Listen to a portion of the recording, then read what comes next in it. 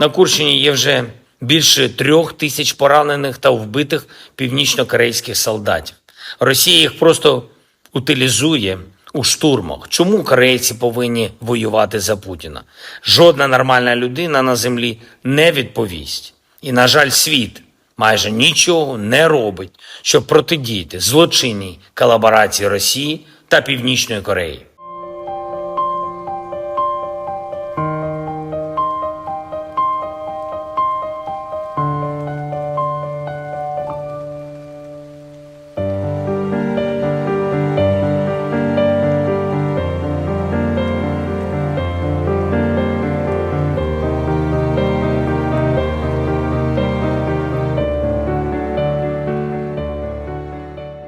Jurnalis Palestina tewas akibat serangan Israel di luar sebuah rumah sakit di jalur Gaza pada Kamis dini hari.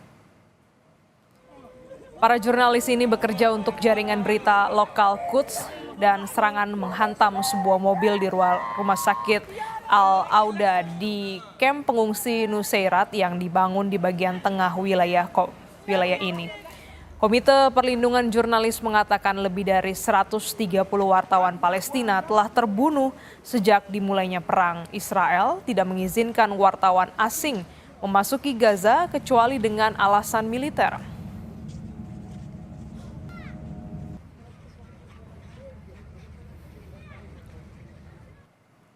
Sebanyak 3 bayi meninggal karena kedinginan akibat tinggal di tenda-tenda pengungsian dengan suhu dingin yang mencapai 13 derajat Celcius. Selimut tidak cukup untuk tetap hangat di dalam tenda, mereka yang tidak tertutup rapat dari udara dingin dan tanah terasa dingin. Para pengungsi di Gaza sangat kekurangan pakaian, kasur dan selimut untuk tetap hangat di musim dingin ini, dan mereka sangat bergantung pada dapur amal untuk makanan sehari-hari. Tenda-tenda seperti tenda-tenda serta terpal-terpal yang berada di lokasi pengungsian semakin usang setelah berbulan-bulan digunakan secara berlebihan.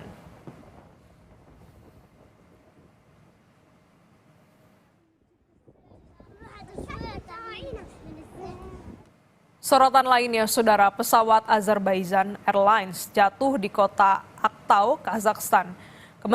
Kementerian Darurat Kazakhstan menyebut 29 penumpang selamat dan 38 orang tewas.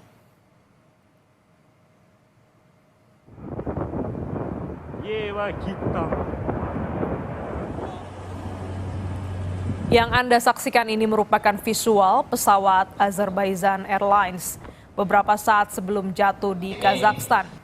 Pesawat ini terbang dari Baku ke Grozny, Rusia, namun dialihkan karena terjadi kabut di Grozny.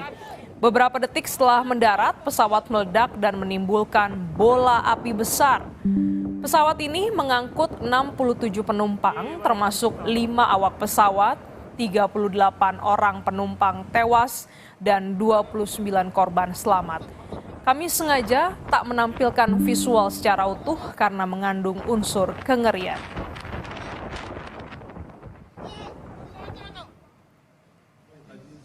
Wakil Perdana Menteri Kazakhstan mengunjungi rumah sakit untuk melihat kondisi korban pesawat Azerbaijan yang jatuh pada Rabu kemarin. Seorang korban selamat mengaku tak dapat menemukan istrinya setelah kecelakaan pesawat tersebut. Kecelakaan ini menewaskan 38 orang dan menyisakan 29 korban selamat. Pesawat ini jatuh saat dalam perjalanan dari ibu kota Azerbaijan Baku ke Grozny, Rusia di Kaukasus Utara. Pihak berwenang Kazakhstan menyelidiki penyebab kecelakaan, termasuk kemungkinan adanya masalah teknis, dan pihak maskapai berjanji untuk terus memberikan informasi kepada publik terkait insiden ini.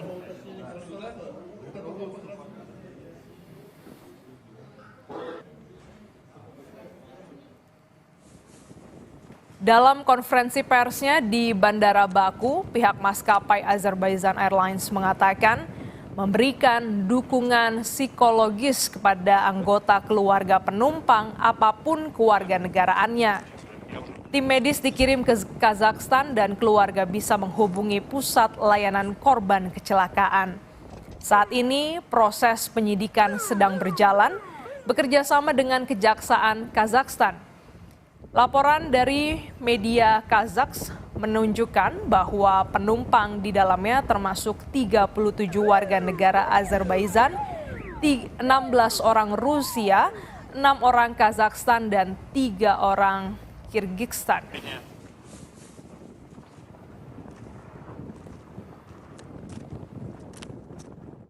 Eyni zamanda həkim heyəti və lazımi tibbi avadanlıqlar artıq təyyarə vasitəsilə Qazaxstana göndərilib.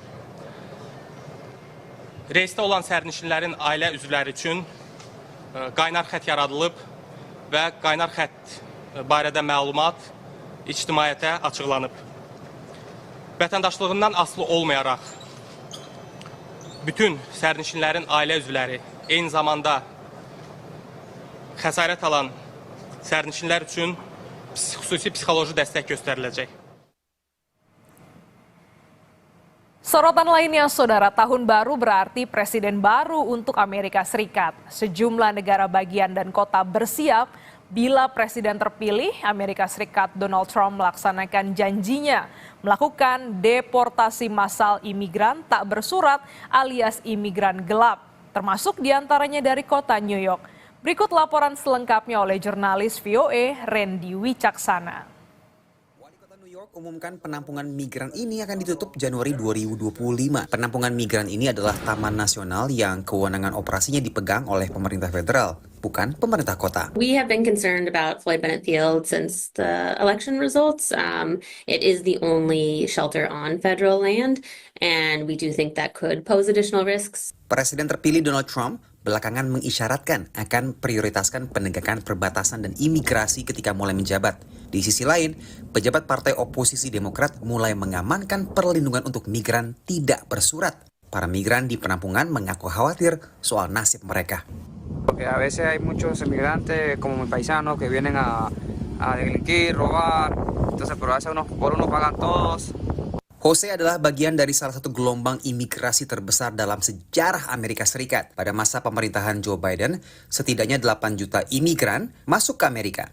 Gelombang migran dengan angka masif terjadi di 1850-an, menurut analisa data pemerintah oleh surat kabar The New York Times. I think the numbers that we've seen in the last couple of years are historic. The largest number that we've seen in history by pure number, not by necessarily by percentage. Diperkirakan ada 11 juta migran tidak bersurat di Amerika Serikat berdasarkan data dari Pew Research Center tahun 2022.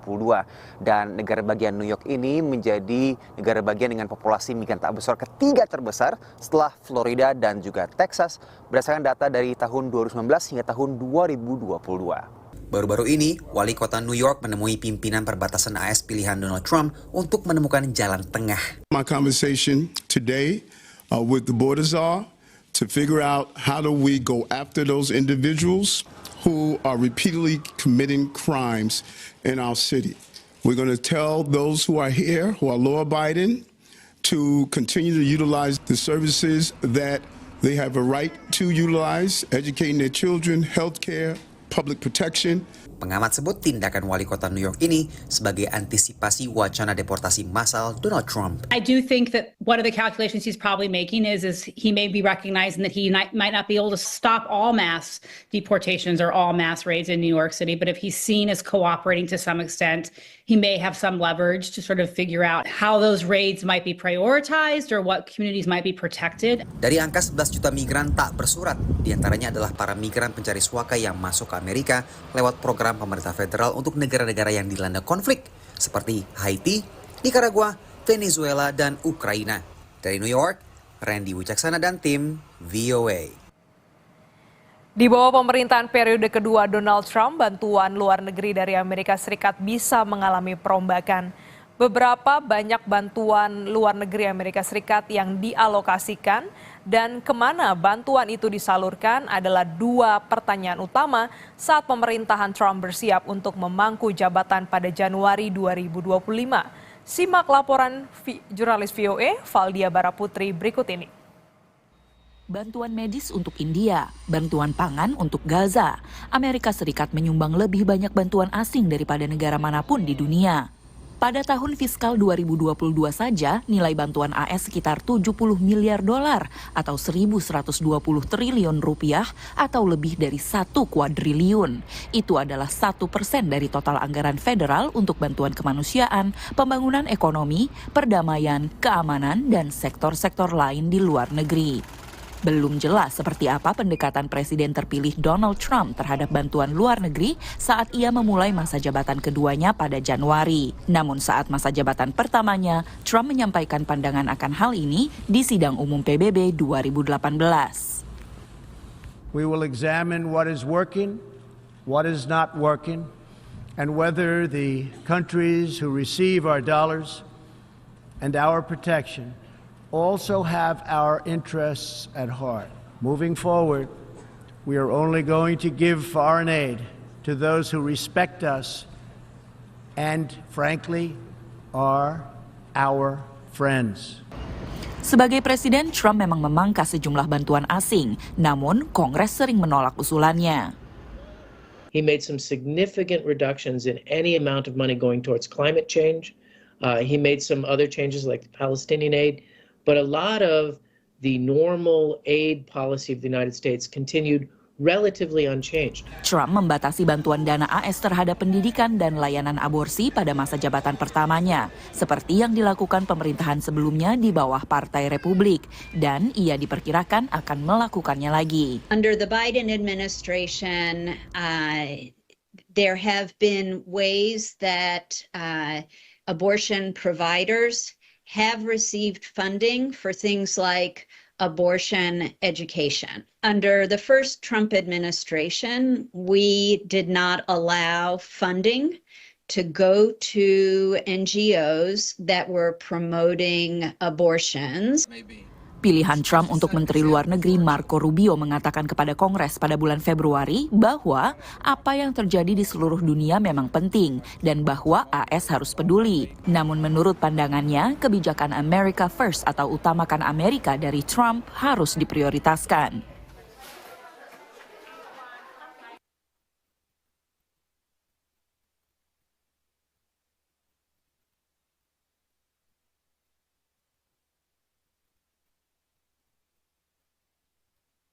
Pengamat menilai pemerintahan Trump yang baru akan mencermati dengan seksama di mana saja uang pajak AS dibelanjakan.